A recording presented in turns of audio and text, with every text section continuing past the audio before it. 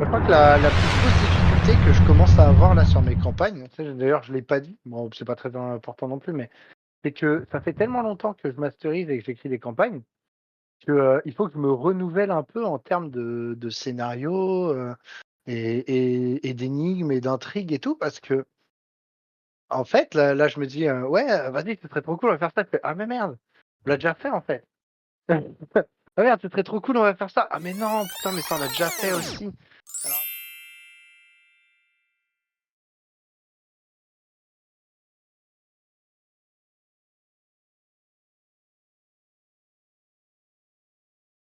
Eh bien, bonsoir à toutes, bonsoir à tous. Bienvenue sur la chaîne de Maître Renard JDR dans ce nouvel épisode de Farfouillage et Rouage. J'accueille ce soir Poulpi. Poulpi, comment ça va? eh bien, bonjour à tous. Oui, ça va très bien. Merci de m'accueillir. Bah, avec grand plaisir, ça fait un moment que je voulais t'avoir. On a déjà essayé de se faire une petite session tous les deux, mais malheureusement, ça a un petit peu capoté. Mais Bah, c'est on refait, c'est que du plaisir. c'est les joies, ce sont les joies du direct et de l'enregistrement maison. Euh, Poulpi, qui es-tu alors, on imagine bien que tu es un joueur ou un MJ, voire peut-être plus un MJ. Dis-nous tout, depuis combien de temps tu joues? C'est quoi ton premier souvenir de JDR? Alors, moi, c'est plus TFTF. Du coup, je suis joueur et MJ depuis ma plus tendre enfance. J'ai commencé, je devais avoir ouais, 13 ans, 12-13 ans, quelque chose comme ça. Et j'avais rejoint une association de jeux de rôle de ma ville. Et j'ai commencé à jouer avec des adultes de 20 ans. J'ai joué avec eux pendant Des plusieurs grands. années et ils m'ont grave buté. Mais moi, je sais Ils pas m'ont bien. grave visité, mais j'ai appris. J'ai bien appris, tu vois. On apprend dans la souffrance et la douleur, mais on apprend quand même. C'est comme ça qu'on apprend le mieux, je crois. Alors, on n'est pas tous d'accord, mais c'est vrai que généralement, les expériences marquantes vont avoir tendance à fixer quelque chose assez profondément. Là-dessus, on est plutôt d'accord. D'ailleurs, c'est un peu comme ça qu'on s'est rencontrés aussi. La première partie qu'on a fait ensemble, on était trois frères et on était face à un traumatisme familial. Il fallait, notre mère venait on savait pas si on devait enquêter sur la mort de notre mère et avec cette enquête, on a trouvé des tas de choses horribles sur notre famille. Et on était une C'est fratrie, vrai. on était tous les deux des frères avec aussi Hugo du bon MJ et c'était Lestat qui était notre MJ ce soir-là. Une chouette partie, une chouette partie. Ensuite, on s'est Oui, très croisés. On s'est croisés un petit peu plus tard. Tu m'avais invité sur ton serveur. On a fait une partie où on jouait cette fois des cow-boys et surtout quelque chose d'autre dont je voudrais qu'on parle un petit peu maintenant. C'est le fameux fruits et légumes. Alors, je sais que c'est quelque chose que t'as pris de Tales of Pi et que tu as retravaillé à ta sauce. Est-ce que tu peux nous en parler un petit peu plus? Ça, c'est vraiment exceptionnel. Oui, alors effectivement, comme tu l'as dit, j'avais repris ça des vidéos de Tale of Pi que j'avais vues sur YouTube. Ça m'avait beaucoup plu et je me suis dit, ça peut être sympa de faire du jeu de rôle en mode un peu one-shot détente sur 2 heures, un peu plus. Et du coup, j'ai écrit quelques petits one-shots dans l'ambiance fruits et légumes où on joue un petit fruit, un petit légume avec des petits bras, des petites jambes, Les petits yeux des petits yeux, une petite bouche, et puis on essaye de survivre dans ce monde cruel, hein. dominés par les géants. Enfin, Voilà, donc c'est c'est là-dessus qu'on a commencé. Ouais. j'ai testé plusieurs styles de scénario, hein. Je suis parti. Alors toi, tu as testé la Maison des Géants, qui est plus une ambiance un peu horreur. Horreur avec toujours ce côté déconnant, fruits et légumes, ça fait un peu un tranché, hein. Mais ça marche bien. Et j'avais fait des trucs du genre haricots beurre à l'école de Boudelard. Je l'ai fait celui-là. J'étais Bobby Bibel ce soir-là. Oui, c'est vrai. Et deux, trois autres aussi qui étaient plutôt sympas. Ça, c'est vrai que c'était vraiment fun. C'est parti. T'avais vraiment comment dire, le cœur vraiment du jeu. C'était vraiment se fendre la gueule à plein de tubes et raconter un maximum de conneries avec un système très très simple où tu jetais un pool de D6, t'avais des réussites à faire et c'était assez mortel et C'est c'était tout. Ouais. C'était plutôt rigolo de voir son fruit, de voir son personnage, un fruit ou un légume, subir d'atrocités. Moi, le mien a fini en marmelade. La Oh, première. Chantal, Chantal, elle a fini en marmelade contre la porte d'entrée. Aïe, aïe, aïe. la vieille Dommage. figue. J'étais à ça de réussir. Ton sacrifice n'a pas été vain. C'est vrai, grâce à moi, il y a eu, je crois qu'ils ont récupéré, il y en a pas un qui avait récupéré mes pépins ou un truc comme ça pour replanter un Un truc bordel. différent. Voilà le genre de conneries qui peut se passer sur cette partie. Exemple quoi. Très idiot, mais très marrant. Ça change un peu des sempiternels, médiévales fantastiques où alors tu dois aller combattre des démons. Et d'ailleurs, en parlant de démons, j'ai joué avec toi aussi sur une petite campagne. J'ai participé à un arc sur un jeu Calarune. Donc là, c'était dans le scénario, on devait explorer les enfers. Donc c'était pas du tout, pas du tout la Non, même ambiance. Et Calarune, c'est un projet perso, c'est quelque chose que toi alors, t'as écrit, c'est un jeu homemade. en fait, Calarune, c'était un peu mon premier jeu de rôle que j'ai écrit maison. J'ai commencé à l'écrire il y a longtemps, presque 10 ans, où on faisait les premières parties de Calarune, basées un peu sur du Donjons et Dragons au début. Petit à petit, j'ai viré les systèmes de règles qui me plaisaient pas, j'en ai testé d'autres, mais j'ai gardé le lore au fur et à mesure que j'ai reconstruit, étoffé, et on en est arrivé des années plus tard sur un jeu qui est vraiment complet avec une carte, plus d'une dizaine de peuples qui vivent dessus. C'est vraiment donc c'est la dark antique fantasy. Ok. C'est un peu particulier, mais ça marche. Où les joueurs jouent des demi-dieux et ils vont vivre des aventures que peuvent vivre les demi-dieux dans la mythologie qu'on peut lire chez nous. Donc, T'avais mis plusieurs mythologies, ouais, je me suis. là-dedans. T'avais fait comment? T'étais parti juste d'un point qui t'avait éclaté, genre le marteau de Thor qui lance des éclairs, et de là, t'as Non, tiré un peu non, tout ça? de base, je suis un grand fan de mythologie. Depuis que je suis tout petit, j'adore lire la mythologie. Ça m'a toujours fasciné. Les héros grecs, hein, tout ça, j'aime beaucoup la mythologie égyptienne, scandinave. Et puis pour Calarune, du coup, je me suis un peu plongé dans l'histoire de l'Antiquité aussi, parce que là, en fait, là, toi, tu as fait une campagne un peu particulière, mais l'ambiance du jeu, c'est aussi beaucoup ce rapport entre les demi-dieux qui sont les personnages et les mortels qui sont les PNJ. Et du coup, je me suis beaucoup instruit sur l'Antiquité, notre Antiquité gauloise, l'Antiquité gréco-romaine, l'Antiquité chinoise, la scandinave. Et en fait, j'ai pioché un peu des idées de partout, dans leur mythologie, mais dans leur style de vie aussi, pour pondre un univers un peu cohérent qui fonctionne. Et avec quand même des touches très fantastiques aussi. Il y a des pouvoirs. Oui, oui, On a joué. Là, on parle d'un. On peut en parler peut-être un peu rapidement. Et tu as aussi pensé à un système particulier. T'as créé tout le système de jeu oui, qui va oui, oui, avec les classes, les équipements. On parle de liste de sorts, de compétences. Enfin, c'est vraiment quelque chose qui est quand même très fouillé. Tu parlais un peu tout à l'heure très inspiré de Donjons Dragons. Moi, c'est un peu l'effet que ça m'a fait aussi dans dans le côté finalement le système assez fouillé. Alors on n'est pas heureusement on n'est pas sur le poids de la pièce dans la bourse, mais on a quand même quelque chose d'assez velu et d'étoffé. Je me rappelle de la fiche. On a joué, tu nous as fait jouer sur VTT, donc ouais. les virtual tabletop, donc les tables virtuelles. Et heureusement, parce que moi je me dis, j'aurais été incapable de retenir toutes les règles, parce il y a des trucs qui s'ajoutent, qui s'enlèvent selon ce que tu veux faire, etc. Et, qu'est-ce que je veux dire? Mais il y a aussi toute la phase dont tu parlais de la mythologie et de construire quelque chose. C'est quand même, j'ai l'impression que c'est une sorte comment dire?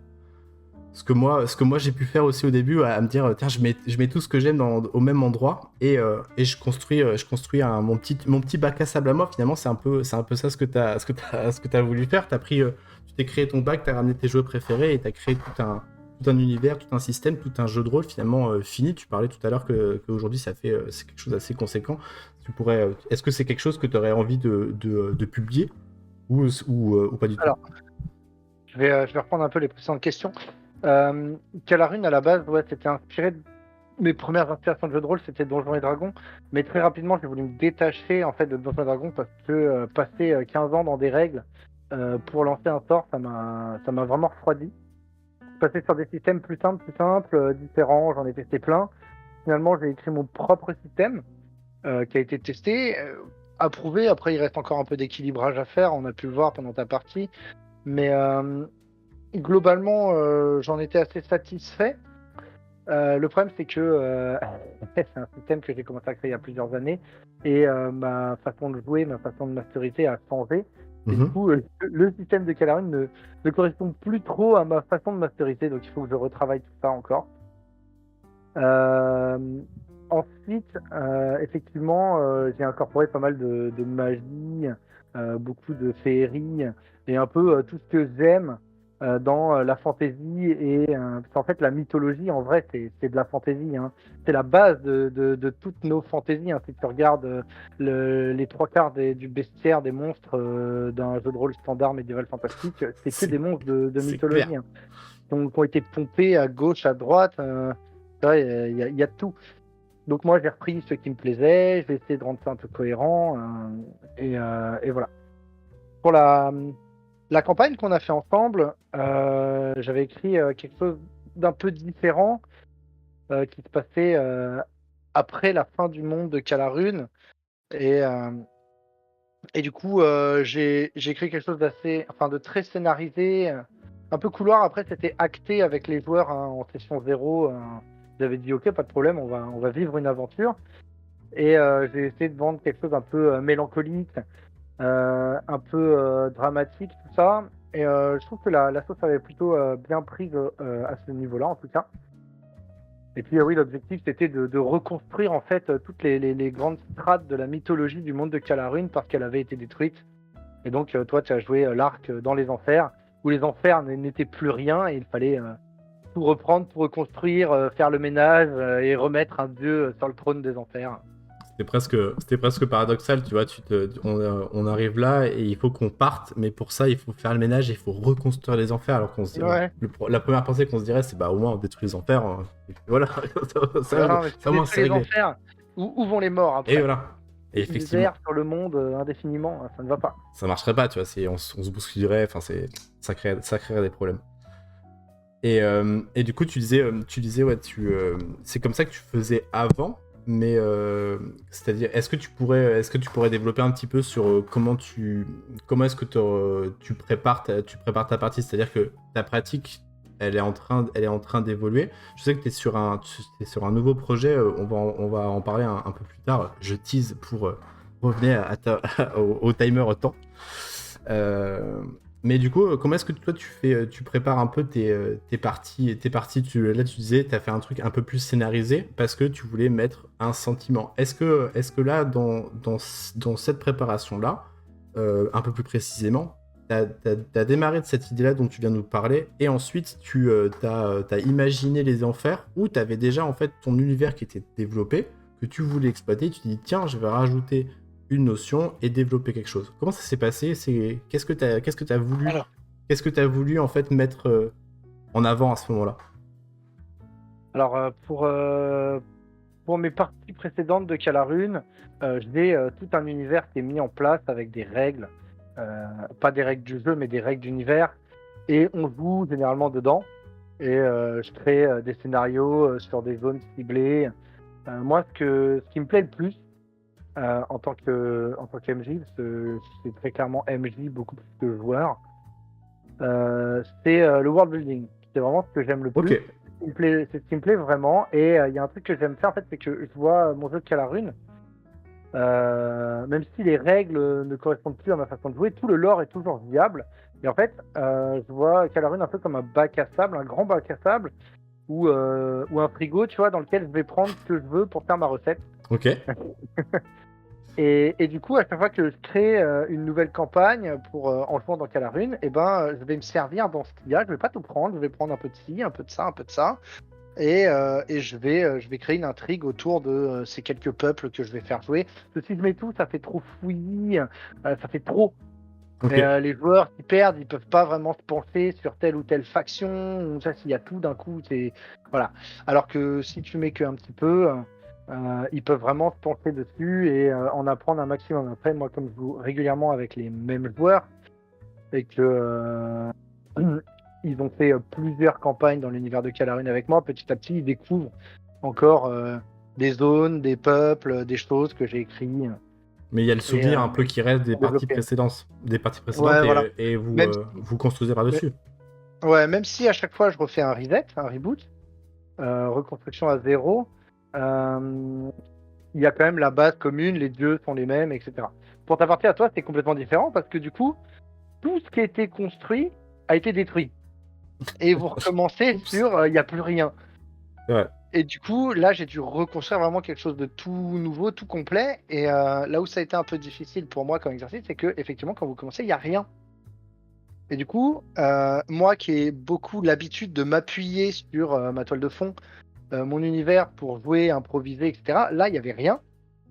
Du coup, c'était beaucoup plus difficile d'improviser et de pouvoir laisser les joueurs être vraiment libres d'aller où ils voulaient parce que il y avait rien.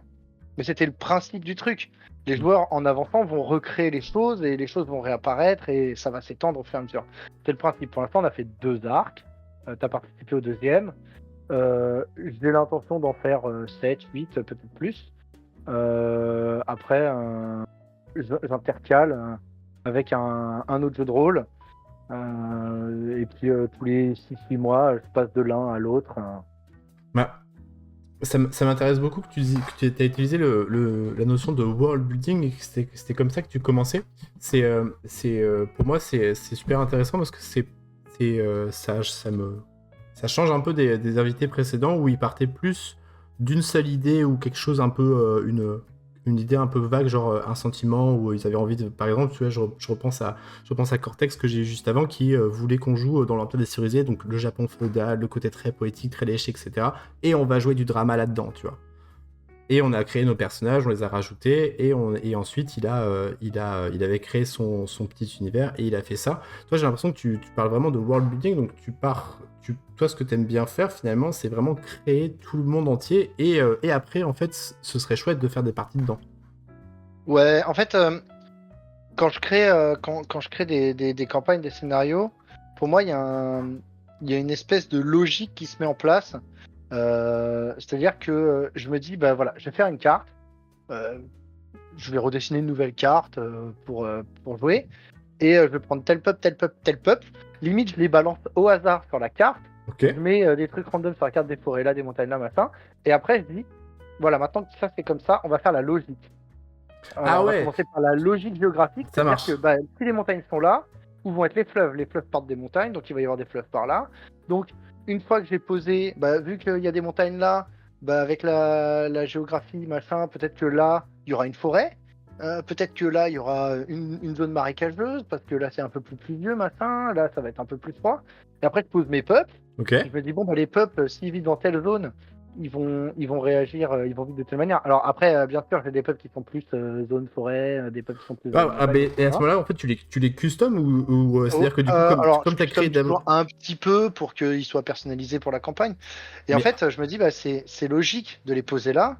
En fait, quand tu lis un bouquin d'histoire, tu sais que quand il y a une ville qui est là, elle n'est pas là pour rien. C'est pas genre elle a été posée random à il y a cet un endroit-là. port ou il y a un Il y a, embranchement, il y a un point de il y a toujours un passage. point d'eau. Il y a toujours un point d'eau et souvent il y a un point stratégique ou il y a un point commercial ou il y a une colline ou il y a un truc. Tu vois, il y a toujours quelque chose qui fait que cette ville elle est là pour une raison particulière. Et moi j'utilise en fait ces raisons logiques pour poser un peu mes villes, mes peuples.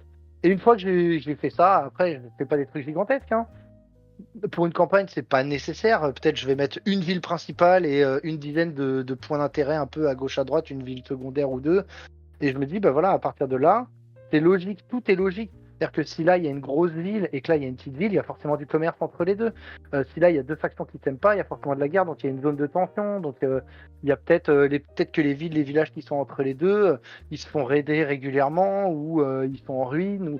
Et en fait, pour moi, tout se fait par logique et ça se crée tout seul, tu vois. Enfin, je fais les trucs, je pose les lieux et je me dis, voilà, s'il est là, et ensuite, quand je vais détailler les villes, je vais me dire, cette ville, vu qu'elle est là, elle va avoir telle ressource, elle va manquer de telle ressource, donc elle va avoir besoin de ça, comment elle va obtenir ça.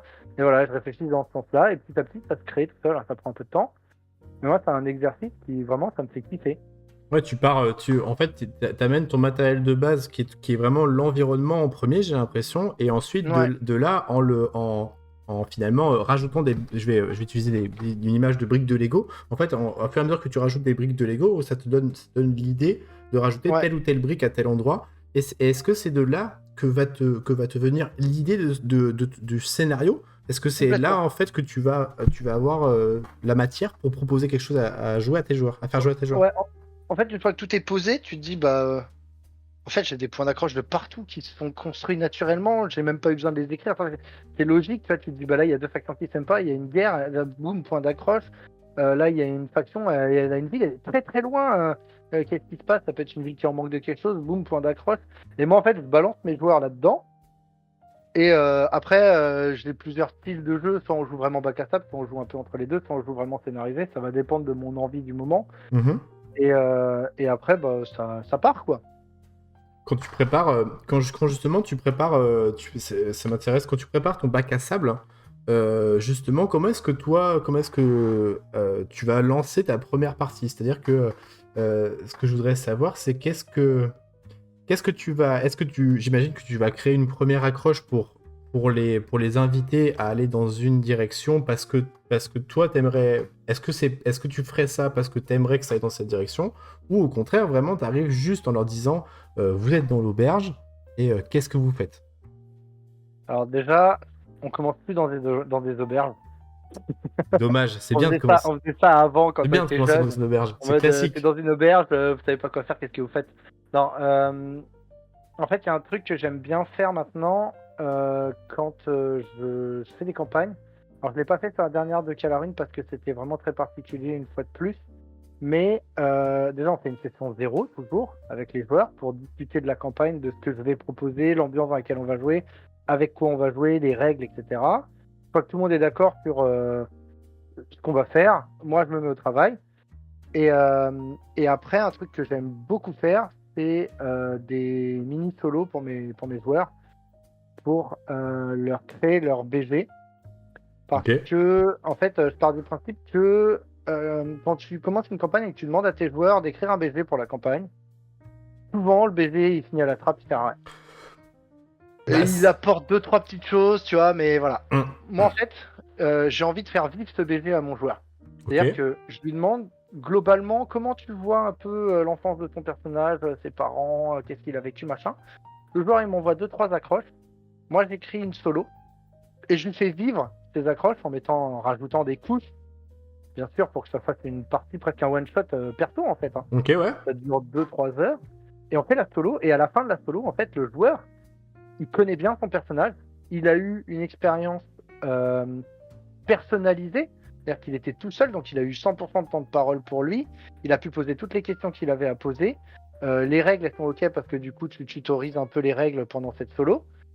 Et tu lui mets des points d'accroche et tu lui limite, en fait, tu fais un début de quête personnelle. Et après, on commence le jeu. Et je fais ça pour chacun de mes joueurs. Mais du coup, quand on commence la partie, les 4 joueurs, ils arrivent avec un bagage déjà. Ils sont pas en mode ah on est dans une taverne, qu'est-ce qu'on fait quoi. En fait, ils sont là parce que c'est logique par rapport à leur solo. Alors bien sûr, moi j'écris la solo pour que ça converge hein, au même endroit et qu'ils finissent par se retrouver ensemble et que ce soit logique de travailler ensemble, Mhm. que ils en ont besoin. Et, et après c'est parti. Généralement, moi j'ai la campagne, ma quête principale. Chaque joueur a sa mini quête personnelle. Il va se faire au fur et à mesure de la campagne. Et puis après, advienne que pourra quoi. Ça me fait beaucoup penser alors, est-ce que tu fais. Est-ce que ça se passe un peu comme un flashback? C'est-à-dire que tu as besoin de ces mini-solos pour arriver au début de ta campagne slash de ton bac à sable pour que. Est-ce que tu fais ça pour qu'ils puissent comment dire, construire leur personnage et toi amener les éléments de l'or, finalement tes éléments de ton world building pour que naturellement ils aillent vers quelque chose, ou c'est un truc que tu as complètement scripté? Comment ça se passe, comment est-ce que tu Alors fais ta mini les solo? solos, ouais, les Comment solos, tu la elles sont prépares? archi scriptées. Les solos, c'est archi scripté parce que en fait, on a déjà vu ensemble un peu avec le joueur globalement comment il voyait son BG. Et moi, je Ok. lui fais vivre parce que on sait que en jeu de rôle, si c'est pas arrivé au cours d'une partie, c'est que c'est pas arrivé. L'information, généralement, elle rentre, elle sort aussi vite. Ok. Alors que quand tu fais jouer, l'information, elle rentre, elle reste. Donc admettons, C'est on ça que crée, c'est rigolo. on crée, moi je veux créer, je sais pas moi, allez, je veux créer un voleur, tu vois, qui est un orphelin. Ouais, Est-ce que à ce moment-là, tu vois, avant le début de la campagne, tu vas ouais, je peux faire une utiliser, solo. le C'est un... background en premier ou tu vas te Ouais. dire, Non, tiens, non, tu vas me dire, tu veux jouer un voleur orphelin, ok, bah, écoute, on va faire une solo.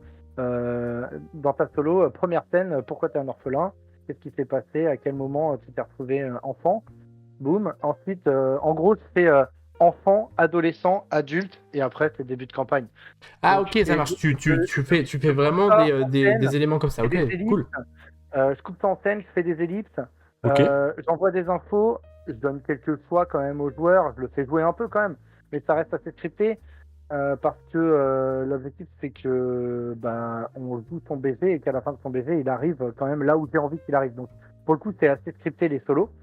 Euh, voilà, toi t'as ton voleur, bon on va expliquer pourquoi t'es un orphelin. Peut-être que par exemple ta famille elle a été massacrée par une bande de bandits quand t'étais jeune et tu t'es retrouvé tout seul, t'as erré tout seul et puis hop tu t'es retrouvé dans une ville, dans les bas-fonds de la ville et puis t'as été pris sous l'aile d'un voleur, d'un mec qui était là sur place, qui t'a trouvé mignon, il t'a emporté avec lui, il trouvait que t'avais des styles, tiens tu volais bien les bourses des marchands riches sur la place du Ouais, marché. et effectivement, Telle et là, idée, et puis on continue comme ça, comme ça. je commence à comprendre l'idée là de se dire, tu pars de ce background-là. Là, en gros, le mec veut te tester, il te fait faire une première mission, puis après, en fait, tu deviens un Voilà, peu puis plus petit à grand, petit, tu t'as des trucs. deviens ton personnage en fait.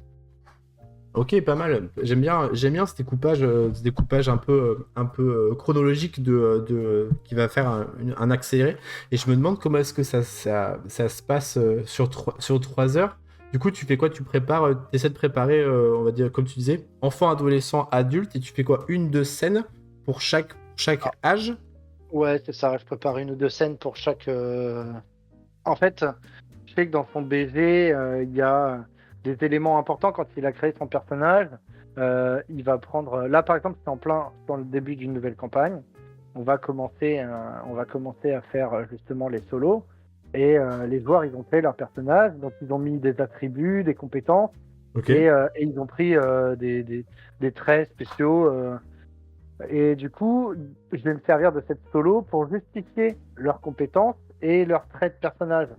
Comme ça, en plus, ça donne vraiment du relief à leur personnage et il est 100% justifié. C'est logique. Ah ouais. Ouais, non, Toujours cette question de logique. c'est ça, c'est la logique avant tout. Non, mais c'est bien, c'est une autre approche et je trouve ça hyper intéressant parce qu'effectivement, une fois que tu les mets devant les yeux, presque ça Ouais, te et puis saute au visage, quoi. Tu te dis, bah ouais, mais en fait, ouais, c'est ça qu'il faudrait faire. ça coule tout seul. Après, quand tu veux écrire la solo, les scènes, elles viennent tout seules. Là, tu vois, j'en ai écrit j'ai écrit la solo de mon joueur qui va jouer lundi prochain hier soir. Et du coup, j'ai respecté en fait son personnage en prenant chaque trait, pourquoi il a tel trait, pourquoi il a telle compétence, etc. Et puis j'ai essayé de le justifier par des scènes. Donc pour l'instant, j'ai une vision globale, c'est-à-dire que j'ai écrit juste un texte, il n'y a pas encore de scène. Et je sais qu'il va y avoir une scène, deux scènes, trois scènes, peut-être quatre scènes sur son personnage pendant cette solo. Et puis après, l'objectif, c'est de construire les scènes pour qu'elles soient un peu intéressantes, que ce soit un peu rythmé quand même, et et que ça raconte son baiser, quoi. Ok, super intéressant. Tu vois, moi, c'est un truc que j'aurais eu fait à me dire, à le développer pendant la campagne, parce que moi, c'est comme ça que j'avais fait ma première grosse campagne, c'est comme ça que j'ai fait. J'ai pris le background de mes personnages, et comme j'avais laissé des trous dans mon histoire, enfin, j'avais mis des trucs assez vagues pour me dire, de toute façon, en fait, je pense que ça va se remplir au fur et à mesure avec les actions, ce qu'ils vont vouloir entreprendre, etc., les gens qu'ils vont rencontrer, ça va amener, en fait, naturellement vers cet entonnoir-là.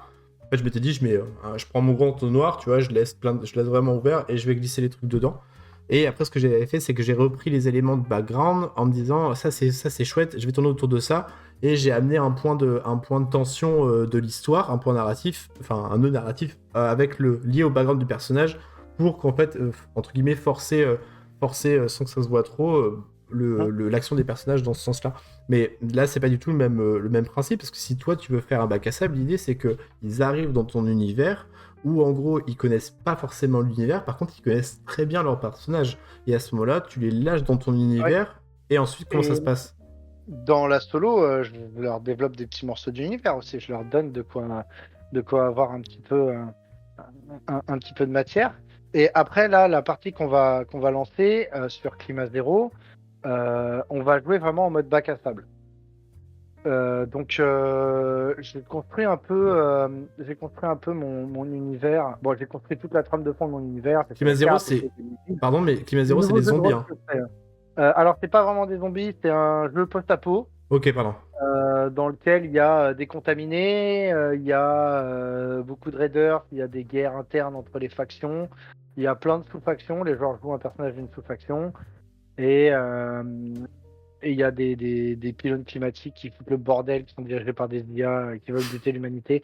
Moi, c'est un bon bordel de monde post-apo. Ok. Donc, je balance mes joueurs là-dedans et après, ils se démerdent. Ils essayent de survivre. Enfin, c'est un jeu de survie quand même. C'est ça, Donc, c'est ils vont le. essayer de survivre. Avant à la session 0, c'est l'objectif, c'est de survivre. Combien de temps, vous savez pas, mais je vais vous mettre dans la merde. Voilà. C'est ça que tu leur dis, c'est que le monde Ouais, c'est un est peu ça. hostile, Je leur dis, le dangereux. monde est dangereux, hostile et vous allez sûrement crever. Donc, faites attention. Tu leur mets tu leur donnes des petites pistes pendant ta solo, et après, ouais, tu les balances. En gros, ils commencent l'univers. J'imagine, j'en sais rien. Tu vois, ils sont dans la ville, dans une ville. C'est le début du scénario. Tu es là, tu fais quoi? Tu fais. Ouais, en fait, Comment tu lances ton bac à sable? Tu vois, c'est ça pendant que j'aimerais la... savoir. Déjà pendant la session 0, je leur ai dit qu'il allait falloir qu'ils soient proactifs parce que je vais pas leur balancer le scénario droit dans la bouche comme je l'ai fait sur la campagne de Calarune où c'était assez scripté. Là, on va vraiment D'accord. partir sur... C'est eux qui gèrent. C'est-à-dire que s'ils veulent... Alors moi, je vais me... Alors attends. Je me suis un petit peu inspiré des vidéos du beau MJ sur la Salle de Mars. Ouais. Il a fait toute une série de vidéos sur le world building, sur la Salle de Mars, que j'ai beaucoup aimé. Oui. Je remercie d'avoir fait ces vidéos parce qu'elles sont vraiment très bien. Et je me suis un peu inspiré de ces vidéos pour moi créer un peu ma campagne. C'est-à-dire que, alors, j'ai créé mon monde, j'ai fait mon bac à sable, voilà, j'ai mis mon sable comme il explique, etc. Et maintenant, en fait, on va commencer. Ce qu'on va faire, c'est qu'on va commencer sur un point. Et au fur et à mesure de la campagne, on va élargir un peu. Et moi, je vais développer au fur et à mesure de la campagne, parce que tout n'est pas écrit, hein, bien évidemment. Ouais. Je vais développer au fur et à mesure de la campagne. Et ce qu'on commence, c'est comme on commence sur un point, donc effectivement, ce sera sûrement dans une ville. Je vais mettre des points d'accroche un peu partout. Des points d'intérêt, comme il dit Hugo. Mhm. Et donc, je vais mettre plein de points d'intérêt. Je vais mettre des PNJ avec lesquels ils vont pouvoir discuter, qui ont, eux, des informations, qui peuvent les lancer sur des sortes de mini-quêtes, qui peuvent les lancer sur une grosse quête principale. Mais c'est à eux d'aller chercher ces informations. Ouais, Et à côté de ça, les PNJ font leur vie, quoi. eux de base, voilà, à côté de ça, eux de base, comme ils auront fait leur solo, dans leur solo, à la fin de leur solo, ils auront déjà un objectif perso. Il va Et naturellement les envoyer à l'aventure. voilà. Moi, mon objectif en tant que MJ, c'est de faire en sorte que leurs 4 objectifs perso concordent vers la quête principale, qui n'est pas forcément facile. Je l'ai déjà fait sur une campagne, ça avait bien marché.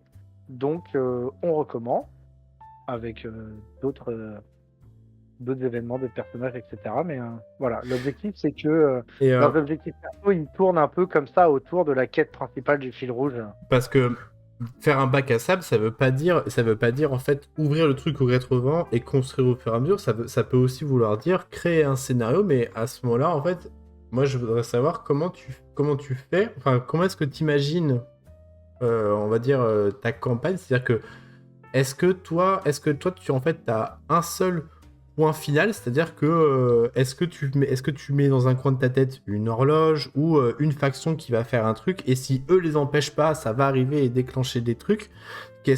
À quoi est-ce que ça ressemble, entre guillemets, ton schéma de l'autre côté de l'écran, sans nous dire exactement de quoi il s'agit. Il faudrait pas gâcher la surprise, Ouais. ce serait moche, mais en fait, en termes de structure, à quoi est-ce que ça pourrait ressembler le derrière? C'est-à-dire, tu me parles des quêtes de tes joueurs qui gravitent un peu de ta quête principale. Comment est-ce que tu l'amènes, et comment est-ce que tu retires un peu tes joueurs vers cette quête?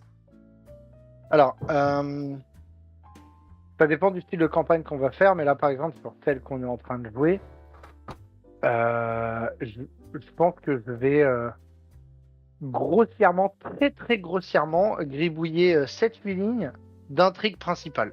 Ok, pour avoir vraiment Et quelque chose de très large. ouais, pour avoir quelque chose de très large. Et après, moi, ce que je fais ça sur toutes les campagnes. Mais par exemple, sur Calarune, celle sur laquelle tu as joué, là, j'avais écrit un fil rouge et il y avait déjà la fin était plus ou moins prévue. Il n'y avait pas 7-8 lignes d'écrit, il y avait un peu plus. Et après, moi, ce que je fais, quelle que soit la campagne, c'est que une fois qu'on a fini une séance, moi, j'écris la séance d'après. Et donc, j'écris la séance d'après en prenant en compte tout ce qui s'est passé dans la séance qui vient de se passer. Pour que ça puisse Voilà, basculer d'une séance à l'autre sans qu'il y ait de coupure finalement, quoi. La ça. seule coupure, c'est celle du temps parce qu'il faut s'arrêter pour aller Ouais. dormir. Parce que si j'écris trop en avant, bah déjà, les joueurs vont pas forcément faire ce que j'ai écrit, donc j'écris pour rien. Et ça, bah, c'est un peu chiant d'écrire pour rien. Ok. Déjà, quand tu fais du world building, très clairement, les joueurs vont pas utiliser la moitié de ce que tu as mis en place. Mais moi, je le mets en place quand même parce que ça me fait plaisir. Mais je sais que mes joueurs, moi, là, la carte que j'ai fait, il y a une vingtaine de villes. Je leur ai toutes donné des Des noms noms. avec des, euh, des types de gouvernement, des types de ressources. Enfin, elles ont tout un paragraphe d'explication de comment elles fonctionnent. Et je sais qu'ils vont même pas aller dans la moitié de ces villes. Et Mais encore. c'est pas grave. C'est pas grave parce qu'en fait, Bon, elles bah, sont cinq. là. Elles sont là pour donner une cohérence à l'ensemble. Hmm. Et donc, même s'ils n'y vont pas, ils peuvent en entendre parler. Ça peut quand même avoir un impact sur là où ils sont. Si par exemple, il y a une des villes qui est loin, qui est la seule ville qui fournit, je sais pas moi, des balles de fusil sur toute la région, bah, si à un moment donné, il n'y a plus de balles de fusil là où ils sont, ils vont se demander pourquoi. Et là, je vais pouvoir balancer du lore de l'autre ville que j'ai construit qui est à l'autre bout du monde.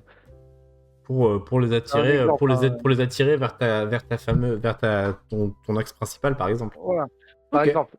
Et du coup, ouais, comment j'attire les joueurs vers l'axe principal? C'est pas trop en fait. Moi, je sais que j'ai plus ou moins une fin. Là, je vais tester un peu le système du Go. Donc, à un moment donné, il parle d'un espèce de chronomètre pour les factions, les différentes factions, où au début de chaque séance, par exemple, tu vas jeter un dé pour savoir si la faction avance d'un cran sur, sur sa menace. Ok. Donc, je vais mettre 2-3 factions et je vais faire ça. Je vais tester en tout cas pour voir si ça fonctionne, si ça Ah, donne quelque chose. ça, c'est de ton côté à toi pour te, Ouais, entre guillemets, te laisser la surprise de tu sais pas, tu sais que ça va arriver. ouais, Il y a un moment donné, c'est ça ça. va arriver, mais tu sais pas exactement quand Du coup, quand est-ce que ça va bouleverser l'action de tes joueurs. voilà, du coup, moi j'ai créé un univers et moi aussi en tant qu'MJ, je vais jouer avec. Ah, ok. C'est-à-dire que, par exemple, pour Calarune, je sais qu'il y a une fin, la fin ça va être ça. Mais là, pour Climat Zéro, j'ai bricolé un ersatz de scénario, mais je sais pas ce qui peut se passer.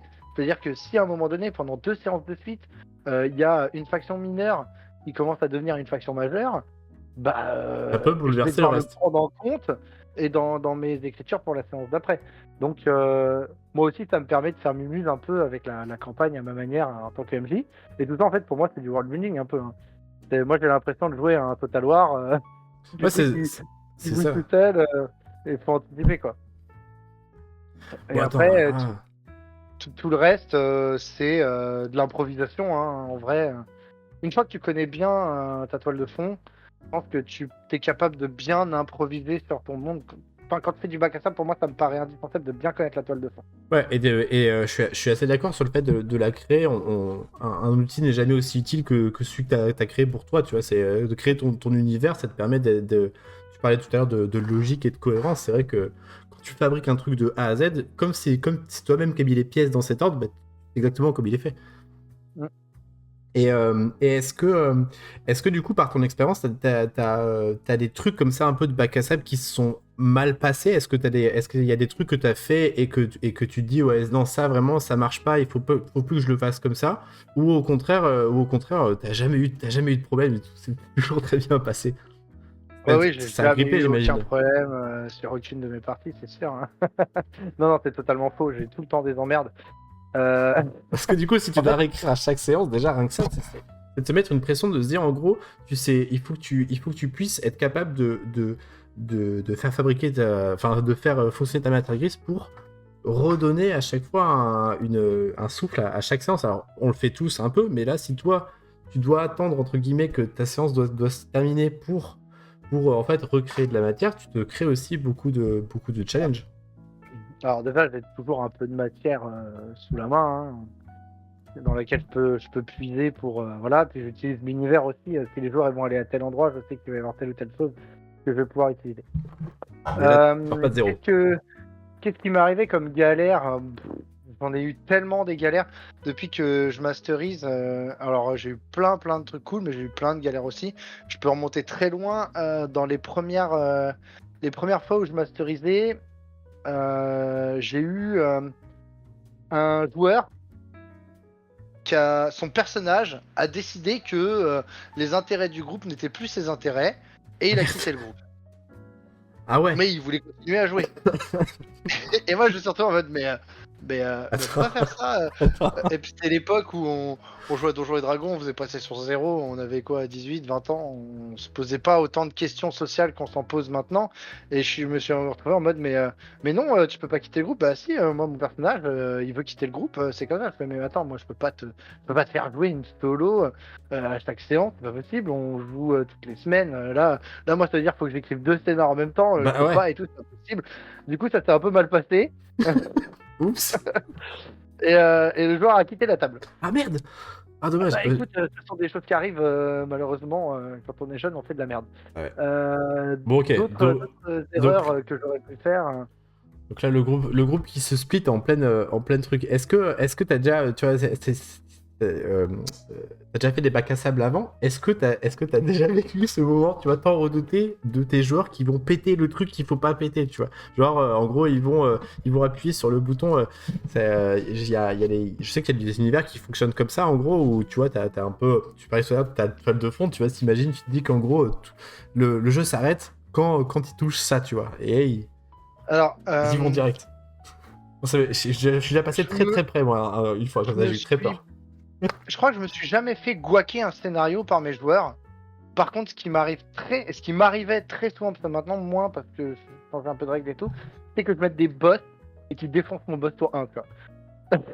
Alors, ça c'est le cauchemar, tu vois. T'arrives, tu mets un boss, tu l'as travaillé, il y a du temps derrière, tu as mis des trucs et tout, et là, boum, tour 1, il est mort, le voleur, il a fait un backstab, il a fait une réussite critique, il lui a enlevé tous ses PV d'un coup, tu fais bon, bah voilà, fin de l'histoire. Je connais par cœur.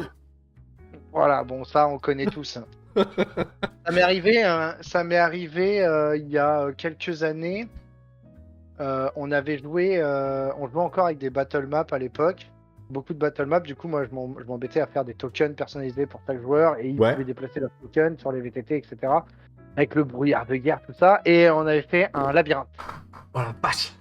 Et en fait, je crois que c'était la pire idée du monde. Déjà, on est resté 2 heures dessus. Et ce qui s'est passé, c'est que c'était un tournoi. Et dans ce tournoi, il y avait l'épreuve du labyrinthe, où c'est une course entre les joueurs. Classique. Et devait arriver au centre du labyrinthe. On a tous lu Harry Potter, on connaît. Ouais, en fait, le premier joueur, c'était un gobelin. Et il utilisait la magie des ténèbres. Et le premier truc qu'il a fait, c'est qu'il a lancé un nuage de ténèbres sur les autres. Et il s'est barré et il a fait son labyrinthe tout seul, pendant que les autres étaient dans le noir complet.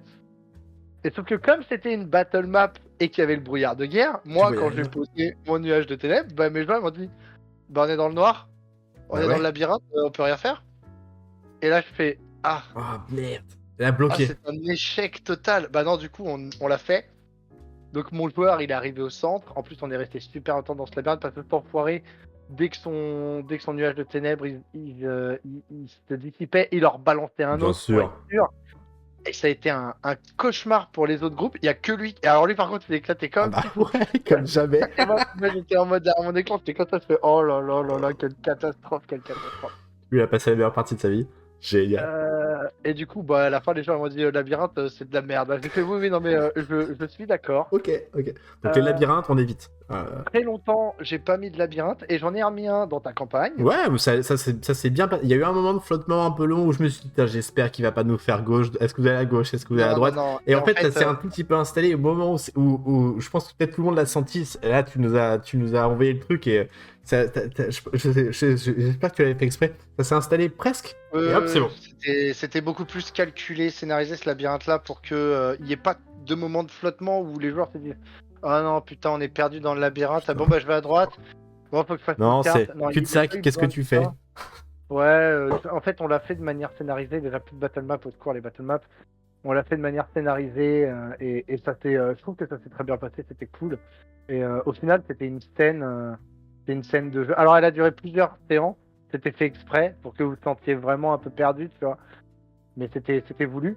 Ouais, mais on n'est pas tombé dans le, t'es pas tombé justement dans le piège qui pourrait être de faire une battle map de labyrinthe et bah Ah du ouais, coup, non, qu'est-ce que vous plus faites? jamais. Vous allez à gauche, vous allez Plus à droite, vous allez jamais. tout droit, tu vois, tu vas à cul-de-sac et il faut reculer, Ouais. on va au croisement précédent. C'est horrible, t'as envie de se péter un J'ai envie de mourir quand plomb. ça prend autant de temps.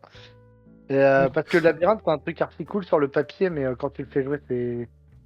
Si tu le fais pas proprement bien scénarisé avec des enjeux à l'intérieur du labyrinthe pour qu'il se passe des choses, tu t'emmerdes un peu. Hein. J'en Moi, avais parlé, euh, ouais. j'en avais parlé avec les stats des labyrinthes, j'avais demandé si on avait déjà fait et tout, et on en avait échangé un peu sur le sujet avant que je me lance là-dedans. Hein. Ça m'étonne pas parce que c'est un truc qui plaît. Enfin, moi le premier, j'en ai mis un aussi dans la campagne que j'avais fait avant. Pareil, dans un truc de. Tu vois, j'ai rien inventé. Hein. Et genre, t'es dans une ville, à un moment donné, t'as des grands jeux pour un prix ultra spécial. Et il faut se battre, faut se battre en équipe. Donc bah, les joueurs ils peuvent s'inscrire en équipe, ils y vont, et puis machin. Et à un moment donné, t'as un labyrinthe. Et moi, ce que j'avais fait, là, j'avais imaginé que tu avais une espèce de dalle en fait qui pourrait, comme tu as de la magie, tu peux faire à peu près ce que tu veux, que en gros qui pourrait, tu vois, qu'un système, elle se retourne et ça crée un nouveau décor, tu vois, donc ça peut, donc en gros, Ouais, ton arène, tu as exactement tout ce que tu peux dedans, et à un ouais. moment donné, j'ai créé aussi un labyrinthe à l'extérieur, tu vois, et là je me disais, un peu comme dans Harry Potter, où tu mets les gradins pour que les gens puissent un peu voir, etc. Et là aussi, moi je m'étais dit, je l'ai scénarisé, et j'avais essayé de me dire de réfléchir à me dire qu'est-ce qu'il pourrait faire pour péter mon labyrinthe. Et je me suis dit, qu'est-ce qui se passe si jamais il creuse? Qu'est-ce qui se passe si jamais il passe à travers? Ou qu'est-ce qui se passe si jamais il essaie de passer au-dessus? Parce que je m'étais dit, ces espèces de petits filous là, ils vont trouver le truc pour me casser mon labyrinthe. Mais parce que je m'étais dit, je vais pas faire de battle map parce que j'avais justement essayé de faire une battle map et quand je me suis retrouvé face au truc, je me suis dit, mais attends, mais c'est pas jouable en fait. Comment est-ce que tu vas leur donner petit bout par petit bout, tu vas le dessiner au fur et à mesure, ils vont faire un plan, ça marche pas, tu vois, ça n'a jamais fonctionné. Tu vois, t'as déjà eu fait ça, des plans avec tes potes pendant tes premières parties. Moi, j'ai un souvenir comme ça de. T'as le MJ qui Ouais. nous dit le truc, tu dessines ton plan. À la fin de la session, quand t'as fini le donjon, tu compares, tu vois, avec le MJ, et tu vois le dessin, et tu vois le tien, et celui du MJ, mais mort de rire, quoi. Bah, jusqu'à assez récemment, hein, il y a peut-être un an maintenant, jusqu'à il y a un an, je jouais vraiment enfin tout le temps avec des battle maps et des pions sur le plateau. Et c'est vrai que je me suis émancipé de ça. Ouais. Et parce que bah, déjà, tu as la problématique des combats qui sont chiants à mourir. Alors, en fait, c'est un peu à double tranchant. C'est-à-dire que tu peux te retrouver avec des joueurs qui aiment pas du tout. Et du coup, bah, c'est chiant parce qu'ils s'emmerdent pendant les combats et ils trouvent ça long et tout. Et tu peux te retrouver avec des joueurs qui sont en mode, mais nous, on kiffe les combats tactiques, Ouais, ouais. tour par tour, sur un quadrillage et tout, genre de Donjons et Dragons, tout ça, ils adorent. Et du coup, voilà. Bon, moi, T'anticipes, il mes joueurs, calcule. ouais, je sais qu'il y en a qui aiment bien, mais ils aiment bien aussi la façon combat narratif. Après, moi, j'ai travaillé un peu le sujet du combat narratif. Faire beaucoup de descriptions pour que les joueurs arrivent bien à se repérer dans l'espace, pour pas qu'ils soient perdus, pour pas qu'ils aient besoin d'une battle map. Et c'est ça, j'allais te poser la question, qu'est-ce qui a changé? C'est que la difficulté, elle est là. Moi, ma première interrogation, c'est de me dire, faut être hyper précis parce que Ouais. si on te demande, moi, ça m'est déjà arrivé de me dire, je prends pas de battle map, je vais leur décrire, ça va aller. Et un de mes soucis, ça a été, mais on comprend pas où on est. Au début, j'ai eu ça, mais je me disais, ouais, on a un peu du mal à se repérer dans l'espace. Puis j'ai travaillé la question, j'ai écouté beaucoup de vidéos sur le sujet, parce que ce qui est bien, c'est que maintenant, avec YouTube, il y a tout. Donc tu peux vraiment écouter beaucoup de vidéos sur le sujet. Et puis on a plein d'amis communs rôlistes qui font des super vidéos, qui en parlent aussi. Donc euh, je travaillais un peu le sujet et je pense que maintenant ça match, tu vois, les combats, tu vois, pour ta campagne sur Calarune, sur le combat final, c'était vraiment un combat qui se passait à plein d'endroits en même temps. Il y avait des protagonistes de toutes les tailles. tu vas me le dire.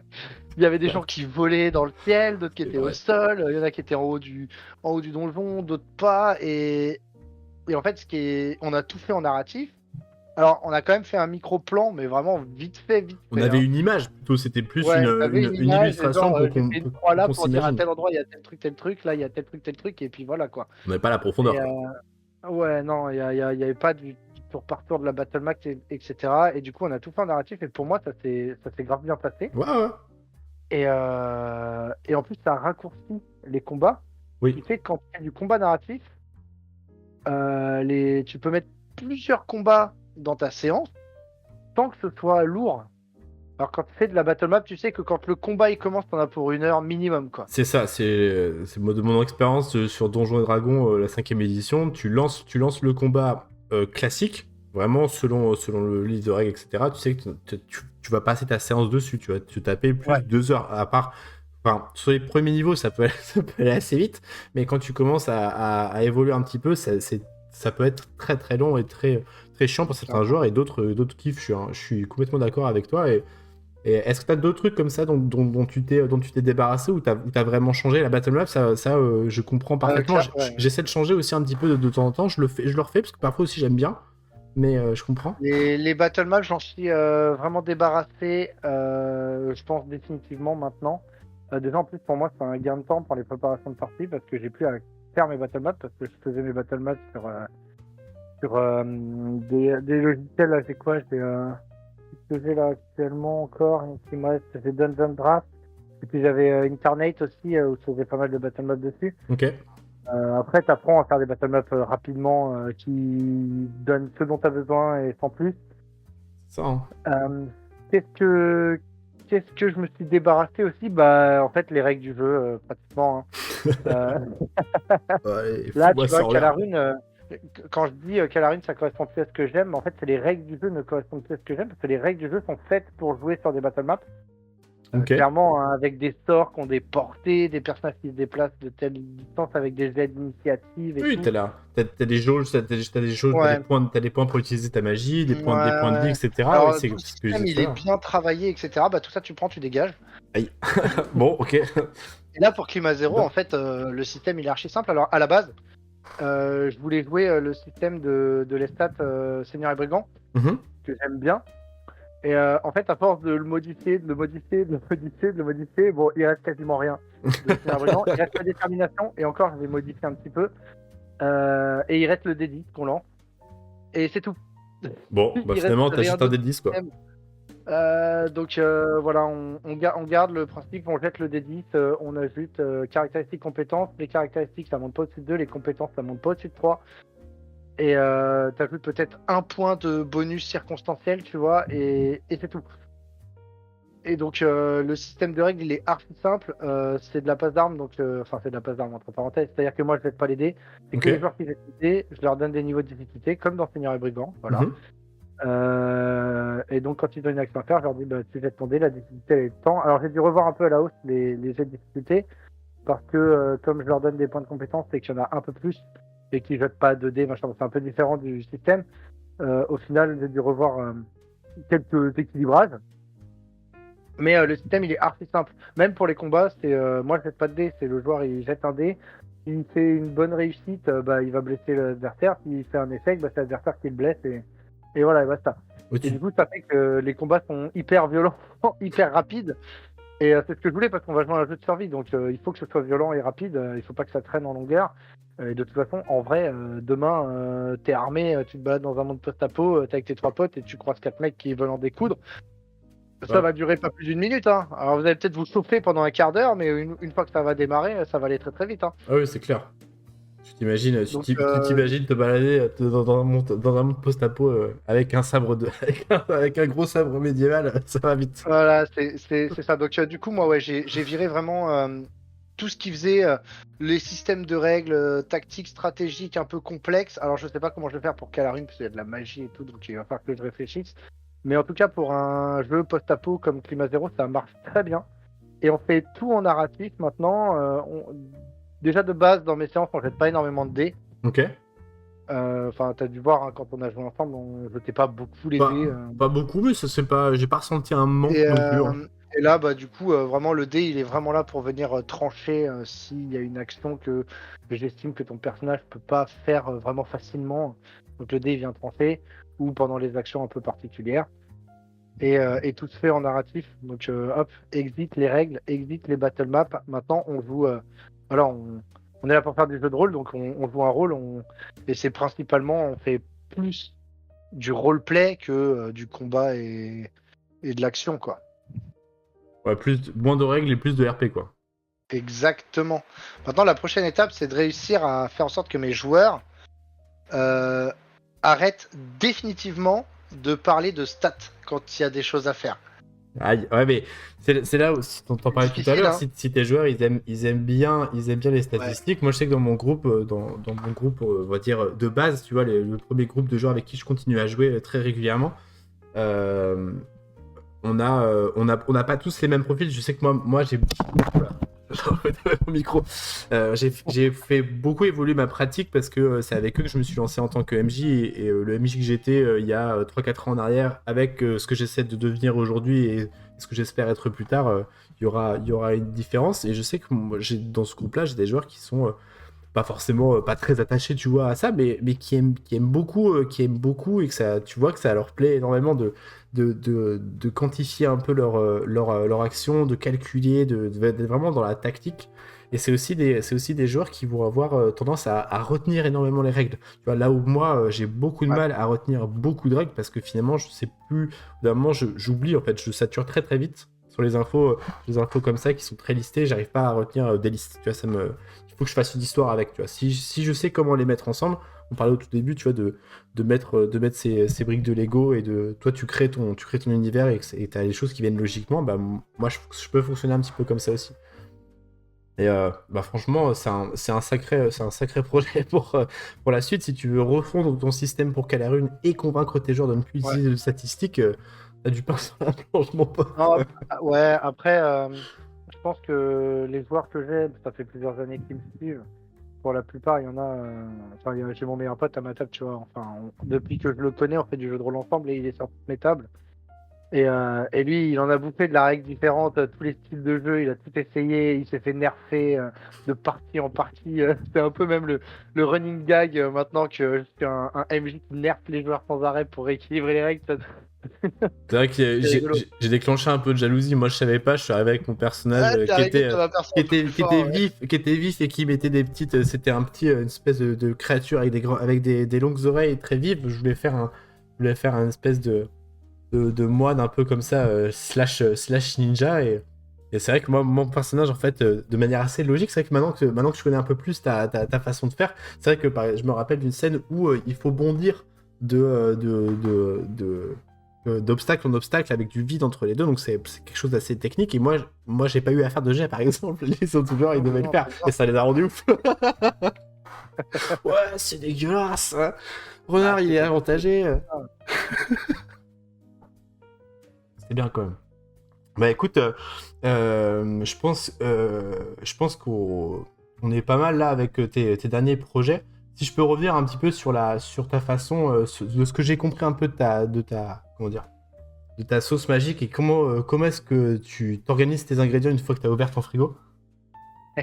C'est que du coup, toi, tu pars, de ce que j'ai l'impression, c'est que tu pars vraiment, ce que tu préfères, tu l'as dit, c'est du world building. Donc, tu commences un petit peu à créer ton petit bac à sable et tu vas le faire grandir. Et quelque chose qui anime beaucoup, c'est de mettre de la logique. En fait, comme les choses vont venir naturellement se mettre les unes dans les autres, ça va te permettre de construire, d'étoffer au fur et à mesure et de pouvoir proposer un univers cohérent à tes joueurs dans lequel ils vont pouvoir venir créer leur personnage, même tu vas venir le personnaliser, le rendre unique, mais avec eux, en leur faisant revivre chaque strate de son développement pour qu'ensuite, une fois dans ton bac à sable, dans ton univers de jeu, ils soient capables de partir où ils veulent. Et, euh, et j'espère que, bah écoute, je sais pas si ça résout un petit peu, comment dire, ça résume un petit peu ton personnage. Est-ce que tu es d'accord avec ça ou pas du tout? En tout cas, ça le résume en ce moment, parce que tu sais, moi je suis un MJ très changeant. suis tout le temps en train d'essayer de faire mieux, de faire nouveau, de faire changer. Et bah, ça fait que je fais plein de conneries aussi, hein. C'est Mais du bien. coup, j'apprends. Et même après, tu vois, même après 20 ans d'expérience sur du jeu de rôle en tant que MJ et tout, bah, je suis toujours en train d'apprendre et de faire des conneries. Et donc, tu vois, il y a pas de sauce magique en vrai pour être un bon MJ, hein. Juste de répondre aux attentes de tes joueurs et de tes attentes aussi, parce que le MJ est un joueur, hein, faut pas l'oublier. Et même là, ces dernières parties, hein, les dernières campagnes que j'ai fait des conneries aussi, hein. Des trucs qu'il faut pas refaire, par exemple, tu vois, il faut pas. J'ai appris ça même encore apprends, hein, il y a pas longtemps, hein, appris il y a pas longtemps. Euh, il faut pas couper deux joueurs, même si tu vois, tu as une scène, tu as un planning prévu de jeu. Si tu as deux joueurs qui commencent à faire une scène de RP entre eux, faut pas les couper. Ça va les frustrer à mort si tu fais ça, et même si ça te fout en l'air ta fin de séance, laisse-les jouer. Au pire, si ça dure, tu les coupes un peu, tu vois. Au bout d'un moment, tu écourtes le truc, mais laisse-les faire leur scène. Ça, tu vois, c'est un truc que j'ai fait il y a encore quoi, deux, trois campagnes de ça. J'avais coupé des joueurs en train de commencer une scène de RP et j'avais coupé en mode allez, faut qu'on se dépêche. Ça, c'est la dernière séance avant la fin. Donc, il faut qu'on speed. Et ça, c'est une erreur. Grosse erreur à pas faire. Prendre le temps. Ouais. Et dernière chose aussi à pas faire en tant que MJ, faut pas se mettre une pression de monstre. Parce que ça aussi, c'est un truc que j'essaye il y a encore pas longtemps. J'ai voulu, tu vois, pour ta campagne de Calorine, pour le premier acte, j'ai voulu faire un truc de ouf. J'ai voulu partir sur quelque chose d'extraordinaire. Vraiment, je voulais que mes joueurs ils vivent un truc de malade. Et en fait, j'ai testé plein de choses. J'ai mis des trucs en place et tout. Et au final, je me suis mis déjà, moi, une pression de Ah ouais. psychopathe. Il y a des trucs qui n'ont pas matché, donc alors tu vois, ça m'a scié les jambes et du coup j'étais en mode stressé de ouf et j'étais tellement stressé, j'ai réussi à stresser tous mes joueurs et ça tu vois c'est Ah merde. une erreur à pas faire tu vois. Donc après mes joueurs ils me l'ont dit, ils m'ont fait fin de séance, ça fait oh là là, va falloir que tu te détendes parce que là t'es over stressé, tu stresses tout le monde ça va pas, donc j'ai fait ok on va changer un peu la façon de faire. J'ai abandonné plein de trucs que je voulais mettre en place qui me prenaient du temps et tout. J'ai dit on va rejouer à la cool comme on jouait avant. Et après, on est reparti et ça a roulé direct. Ouais. Mais tu vois, encore erreur. Hein. Dernière campagne que j'ai fait. Hein. Je plus sois je pense que le pire ennemi, c'est vraiment soi-même vraiment de se mettre cette pression. Moi, j'ai ressenti ça aussi il y a pas longtemps et ça m'a foutu un peu dans le dur à me dire putain, mais pourtant, je pensais avoir compris certaines choses et avoir commencé à avoir la recette et en tout cas la mécanique qui fait que je pense avoir compris comment ça marche. Et en fait, Ouais. on apprend toujours, c'est ça qui est intéressant. Clairement. Et c'est d'ailleurs ce que j'essaye de faire. Mais ben, j'espère te revoir dans un autre épisode. Comme ça, tu pourras me parler de ta pratique qui a évolué. Où en est ton projet métamorphe Calarune. Et si tes joueurs ont C'est pas pour tout de survécu suite. dans ton monde C'est de. pas pour tout de suite la métamorphe de Calarune. Hein. Parce que clairement, là, vu en ce moment, je suis à fond sur l'écriture de Climat Zéro, je travaille que ça. Calarune, il est en stand-by sur le côté. Et quand on aura. En fait, je fais un truc à la fois parce que sinon, je m'en sors pas. Et comme je sais, je le fais à fond. Donc en ce moment, c'est Climat Zéro et Calarune. Dans un an et demi, peut-être, je me foutrai dans les règles et puis bim, je rechangerai pour essayer de rendre ça un peu plus. Allez, on Ouais, recommence. c'est ça. Allez, on prend le gros bouquin qui fait 200 pages, là, tu vois, on le pose sur la table, on l'ouvre au niveau des règles et puis on modifie tout. Allez, c'est parti. Ouais. Bah, trop bien. Bah, écoute, je te souhaite beaucoup de courage pour la suite. J'espère te revoir bientôt et t'es le bienvenu pour Avec revenir sur grand cette chaîne plaisir. quand tu le souhaites.